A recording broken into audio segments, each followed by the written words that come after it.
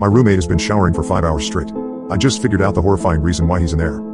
So I got home at around 11 p.m. Late night at the office turned into an even later night at the bar. About 4 drinks deep at this point and I'm tired, just about ready to fall asleep as I stumble through the doorway. I lay down on the couch and reach for my bag of joints and spark one up as I pull YouTube on my laptop. I'm in the middle of watching some luxury cruise tour, close to passing out when I hear the front door open. I sit up and turn my head slightly, just enough to see my roommate coming in. He hangs his jacket in the closet and doesn't say anything and walks slowly to his room. Which is normal enough. I've been living with him for about 3 months, long enough for me to pick up on most of his tendencies. The guy really doesn't talk unless spoken to, which was far from a problem for me. He also generally kept things clean on his end, never causing much in the way of problems.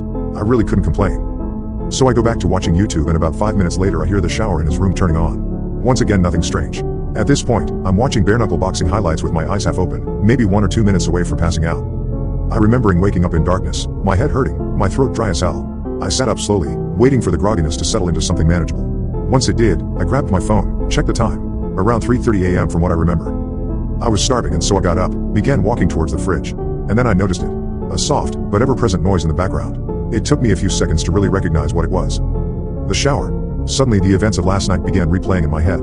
Drinking at the bar, Ubering home, laptop, couch. My roommate coming home. The shower turning on. I stood there for a while, trying to make sense of it. Maybe he went to bed and forgot to turn it off? I shook my head. There's no way that happened, I thought. Maybe he slipped and fell? Realizing the implications of this, I rushed towards his room but found his bathroom door locked. I began pounding on it. Hey man, you alright? No response. I considered kicking the door down but decided to call 911 before I did that.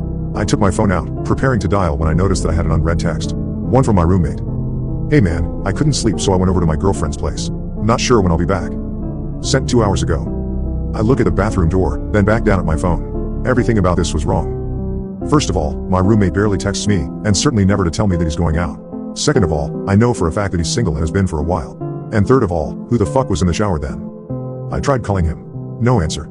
Sent him some texts but no response. I walked over to his desk and saw that his keys and wallet were still beside his laptop. My head's starting to spin at this point and I get out of there, go back into the living room and turn on the lights. I'm pacing around in a circle, trying to follow the plot while also trying to ignore the shower, a noise that I never could have imagined being so dreadful in any context. Sometime later, I hear something vibrating on the kitchen counter. I move towards it and see that it's a phone. My roommate's phone. The panic begins setting in and immediately I grab my keys and run out of the apartment.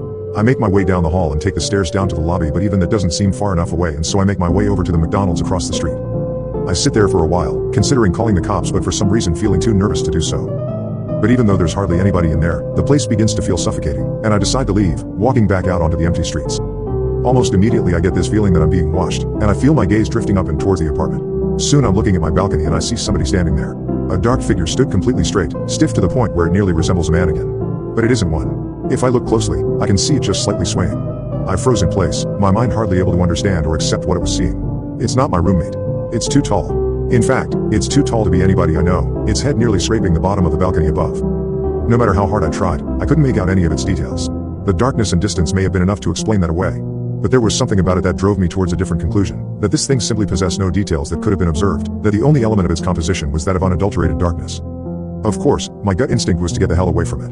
But the voice in my head was telling me that if I were to try and run, this thing would end up following me. I went back into the McDonald's instead, locking myself in the bathroom as I finally dialed 911. I told the operator that somebody had broken into my place but that I had gotten out of there without them noticing but that they were still in there. It was the story that most accurately represented the situation without making me come across as batshit. The operator told me that they'd be sending somebody over, for me to hang tight. I left the bathroom, waiting at the table closest to the exit until I could see the red and blue lights cutting through the darkness. I went outside to meet the cops, looking up at the balcony to find it empty, though the door to the living room had been left open.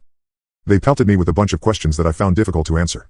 Is the intruder armed? Do I have an idea who it might be? What are their intentions? I told them I didn't know, that I couldn't figure it out, but they just kept on asking. Soon I was practically yelling at them to go up there and check it out for themselves and I suppose the terror in my voice was enough for them to begin taking this seriously. They told me to wait by the entrance and I watched on as they entered the building. I was out there for a long time, growing increasingly anxious at the thought of what they were going to tell me when they came down. A few minutes later, the silence was broken by a single, muffled gunshot. My heart dropped into my stomach, and I continued to wait there, unsure of what to do otherwise. 20 more minutes of silence and the officers still hadn't come down. Soon I could hear more of them approaching in the distance. Before I knew it, 4 more cop cars had pulled up around me and the scene had fallen into chaos, officers shouting over each other and into their radios, more questions being hurled my way, none of which I was able to answer. The next few sequences were mostly a blur, but I remember the building being evacuated, the tenants frightened and confused as they were ushered outside while the officers became more and more frantic. I remembered hearing more scattered gunshots, some screaming, other noises that were difficult to make sense of. There were a few lapses in my memory after that, but I recall being pushed into the back of a police car. After being driven to the station, I was led into one of the interrogation rooms where I found two nondescript men in suits waiting for me. They didn't introduce themselves and immediately went into a series of questions, each one more bizarre than the last. What company was your roommate employed by? What was the nature of his job? How many different people have been inside your apartment since your roommate moved in? Have you ever heard voices inside the apartment from the hours of midnight to 3 a.m.? Voices that did not belong to your roommate? Have you ever seen a circle of people standing outside of the apartment from the hours of midnight to 3 a.m.? People that were exceptionally tall? And one of the most unsettling ones. Have you ever seen somebody standing at the foot of your bed upon waking up between the hours of midnight to 3 a.m., only for them to disappear moments later? If so, do you remember what they looked like? Any distinct features?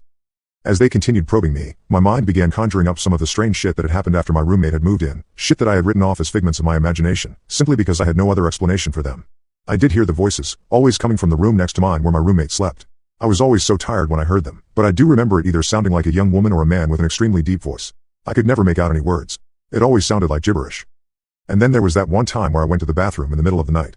Still half asleep, I didn't bother turning the lights on as I entered. But as my eyes began adjusting to the dark, I could have sworn that somebody was already sitting on the toilet. Somebody extremely tall. Of course, when I turned on the lights, nothing was there. It was easy to chalk it up as a product of late-night drowsiness at the time, and I had never really thought about it since.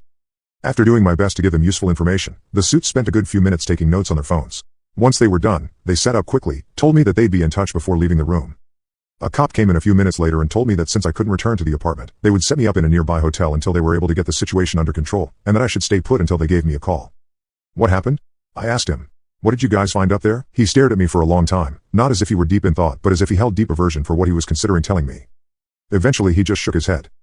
I don't know, he said. I really don't know. I nodded, tried to smile, though I'm sure it didn't come across very well. It's the next day now and I'm in the hotel. Of course I couldn't sleep.